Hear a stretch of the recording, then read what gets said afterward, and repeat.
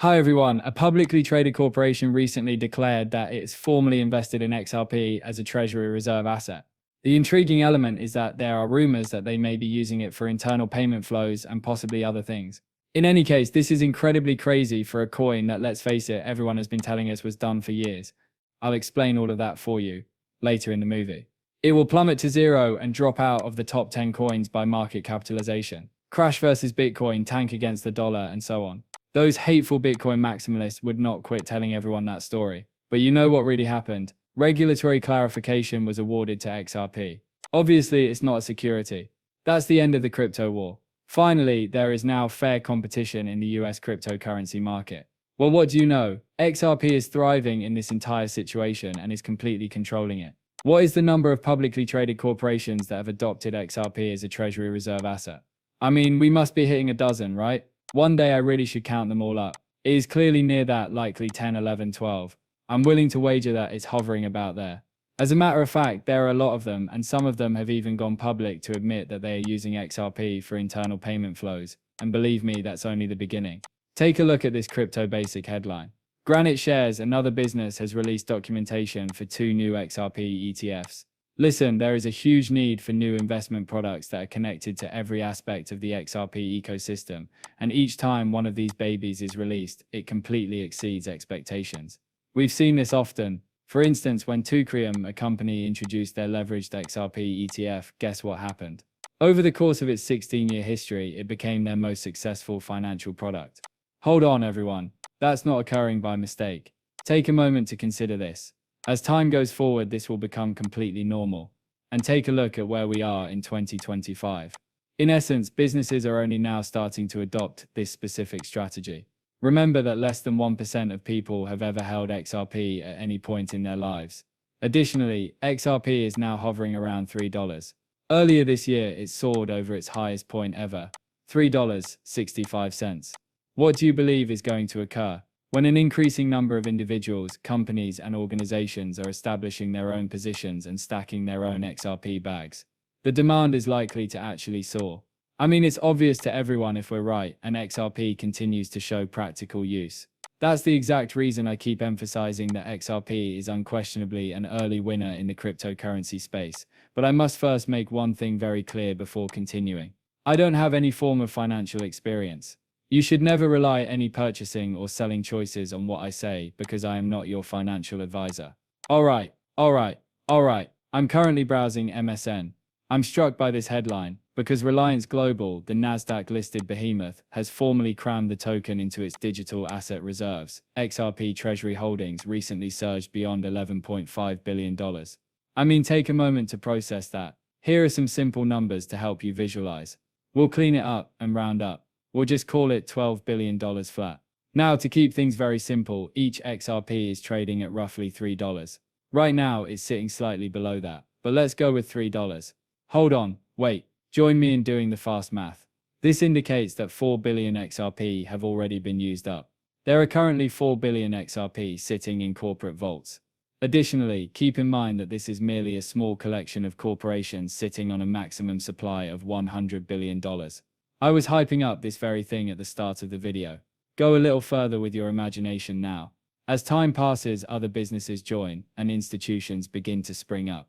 Ordinary people like you and I will continue to purchase. It will be devoured very quickly. XRP is far more rare than most people think. In all honesty, there isn't quite as much floating about as you might imagine. I understand that 100 billion sounds like a huge sum, but let's face it.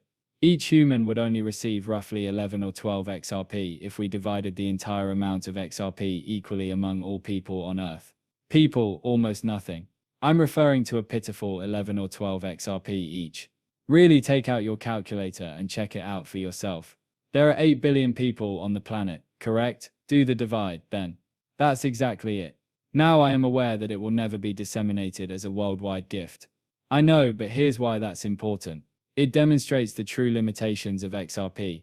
Only 4% of everything was already taken by this exclusive group of businesses. I'm eager to find out how many businesses are holding XRP in their treasury vaults because of this. Perhaps 10, possibly 11, or possibly 12. It must fall inside that range. Additionally, 4% of all XRP that will ever be created has already been locked down by this tiny group, and it's intentionally deflationary. There is really less XRP on Earth every morning when you wake up than when you went to bed, since a tiny quantity of XRP disappears with every transaction that is completed. Doesn't that just make you stop dead in your tracks? That realization is kind of mind-blowing, isn't it? It is, in my opinion.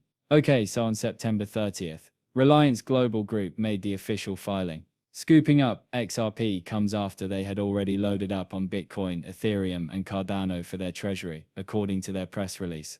The big dogs at the moment: xrp International, Trident Digital, and SBI Holdings. They are the large institutional entities that control the market. As the fourth largest cryptocurrency by market capitalization, XRP is dominating the market as a bridge currency for international money transfers.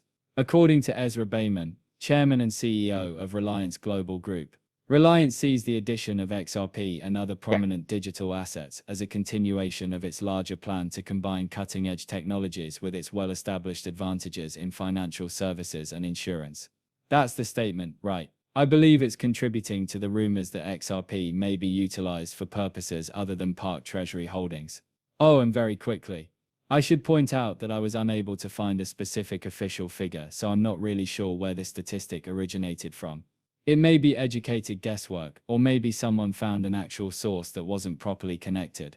However, Reliance reportedly invested $17 million in XRP to start their treasury holdings here, according to Crypto Basics reporting. That might or might not be real. I had to quickly get that out there. Pay attention. Although I won't sit here and claim that amount is 100% validated, we can be certain that they did indeed seize some XRP. Now that's in the open. Everyone is aware of it. The big question, though, is this: they grabbed it, but why? This is by far the most awesome aspect of the entire story, dude. They seized it for reasons that are completely unrelated to Bitcoin. None at all, as Bitcoin is essentially incapable of accomplishing what XRP does. Simply put, XRP has built-in high-level technological firepower that Bitcoin does not. And take a look, the utility and those technical specifications are actually cooperating. For this same reason, Reliance ended up incorporating XRP into their overall digital asset strategy and treasury reserves. But sure, I'm guessing some XRP critics believe the company skipped all their homework and filed this documentation with the SEC just to deceive everyone with their lawyers cheering them on, said Bill Morgan, a member of the XRP community. He's obviously playing around there.